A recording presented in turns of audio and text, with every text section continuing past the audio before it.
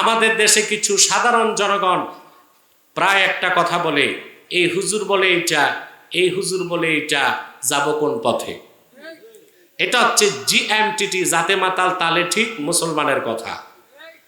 এরা বাজার করতে গেলে দেশি মুরগি চিনে, ঘি কোনটা খাঁটি নাকে লাগায় পরীক্ষা করে তাও চিনে, মাছ কোনটা ভালো কোনটা পচা তাও বুঝে, বিয়ের সময় বউ চিনে, শুধু কোনটা হক কোনটা বাতিল এটা চিনে না। এটা হচ্ছে জাতে মাতাল তালে ঠিক। কে কোন পথে ডাকলো তা দেখতে হবে না, একটাই পথ আল্লাহর, সেটা ইসলাম। সুবহানাল্লাহ বলে, ওইটাকে আল্লাহ বলেছেন সিরাতিল আজিজিল হামিদ। ওই পথটা হচ্ছে ইসলাম, হচ্ছে আল্লাহ কর্তৃক স্বীকৃত মনোনীত পথ। এটা একটাই। এটা কয়টা? ইসলাম একটাই। ইসলামের কোনো ভার্সন নাই, ইসলামের কোনো ভার্সন নাই। বাংলাদেশে যে কত সমস্যা, আমার বিশ্বাস গণতন্ত্র দিয়ে এই দেশ ঠিক করা যাবে না। এই দেশে লাগবে সোর্ড অফ জাস্টিস, ন্যায় বিচারের তরবারি। ওটার আরেক নাম জিহাদের তরবারি। এটা ছাড়া এই দেশ ঠিক করতে পারবেন না। আরেকটা পারেন, যদি উত্তর কোরিয়ার প্রেসিডেন্ট, তাকে আমি বলি উইল্ড ডিক্টেটর প্রেসিডেন্ট কিম জন উন নাকি, এই ব্যাটারি যদি এনে বাংলাদেশে দেন 1 ঘন্টায় দেশ ঠিক করে দিবে। ও কথা বলে না, ও ট্রিগার চাপে। ওর দেশে বন্যা পরিস্থিতি নিয়ন্ত্রণ করতে ব্যর্থ হয়েছে, 32 জন অফিসারকে বন্যা ঠেকাইতে পারলো না কেন, গুলি করে মেরে ফেলছে। ওর বাবা মারা যাওয়ার পর 7 দিন হাসা মানা ছিল, যারা হেসেছে গুলি করে মেরে ফেলছে। ওর মেয়ে যেরকম চুল কাট করেছে, যারা ওই রকম চুল কাট করেছে সবার চুল চেষে দিয়েছে। এই বাংলাদেশ ঠিক করতে দুইটার একটা, হয় শরিয়া আইন লাগবে, নতুবা ওই জঙ্গলি রে এনে এই জঙ্গল সাফ করাইতে হবে। এখন এই সিদ্ধান্ত আপনাদেরকে নিতে হবে, কি করবেন আপনারা।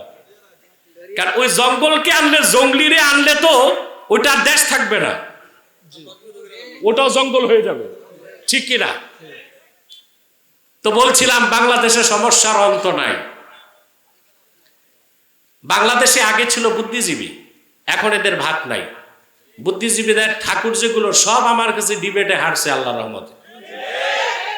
সবচেয়ে বড় শয়তান যেটা ছিল, ঘাদানিকের সভাপতি শাহরিয়ার কবির, এটা গ্রেফতার হয়েছে, শুনছেন আপনারা?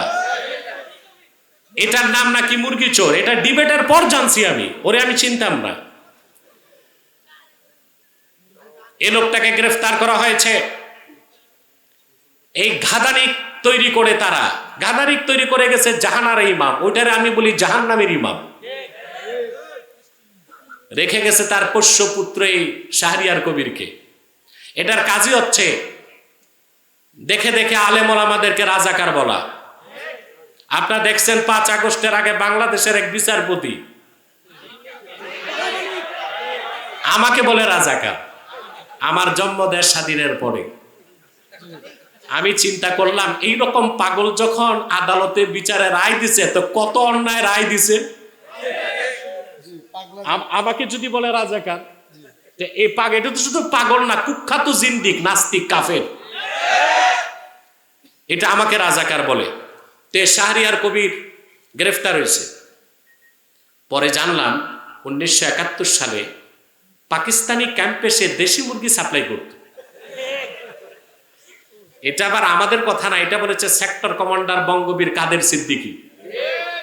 আমরা তো বঙ্গবীর আব্দুল কাদের সিদ্দিকীর কথা মানতে হয়, সেক্টর কমান্ডার। আর স্বাধীনতা যুদ্ধে 71 সালে শাহরিয়ার কবির কোথায় ছিল কেউ জানে না, তাহলে পাকিস্তানি ক্যাম্পে ছিল। চোরের মার বড় গলা, আর এটা হচ্ছে চোরের বাপ, পুরুষ তো। এটা আমাদেরকে রাজাকার বলে, যুদ্ধাপরাধী বলে, আলেম ওলামারে ফাঁসির জন্য চিল্লাচিল্লি করছে। আমার দৃষ্টিতে 1971 সালে যে পাক হানাদার আমার দেশের নিরীহ মুসলমানকে হত্যা করেছে, তাদেরকে দেশি মুরগি সাপ্লাই করে এনার্জি ক্রিয়েট করে শাহরিয়ার কবিরও যুদ্ধাপরাধী হয়ে গেছে। আমরা তার ফাঁসি চাই। শাহরিয়ার কবির সহ যারা ভারতের দালালি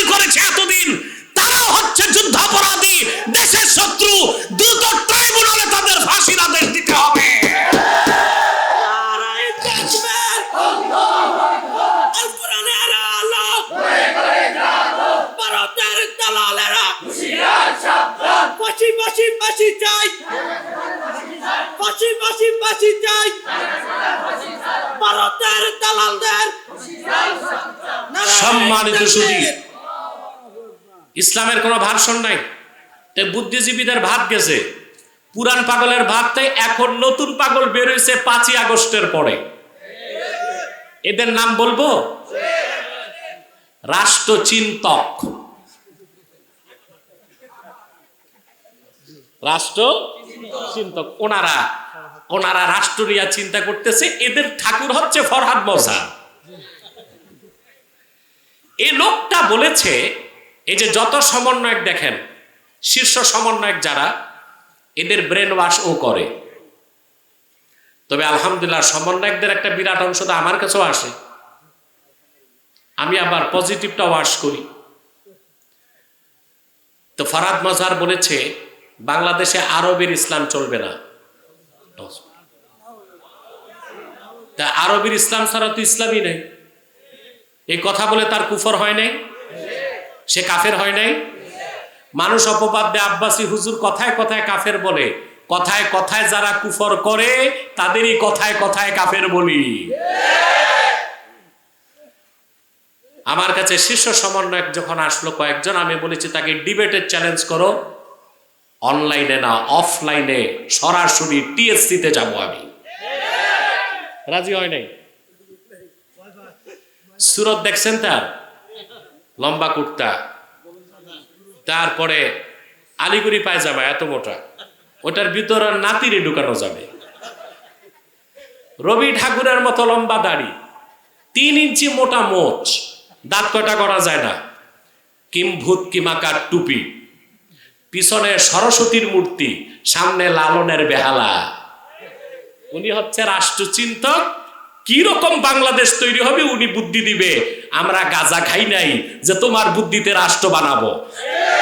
আগামীর বাংলাদেশ হবে ইসলামের বাংলাদেশ, আগামীর বাংলাদেশ হবে আলেম ওলামার নেতৃত্বের বাংলাদেশ। এটা জনগণ সিদ্ধান্ত নেবে ইনশাআল্লাহ। ইসলামের কোনো ভার্সন নাই। এই ফরহাদ মজহার বলে সুফিবাদী ইসলাম লাগবে। ইসলামকে ভাগ করা যাবে? কথা বলেন। আল্লাহ ভাগ করছে সিরাতিল আজিজিল হামিদ, এটা মহান আল্লাহর নির্ধারিত পথ। সুবহানাল্লাহ।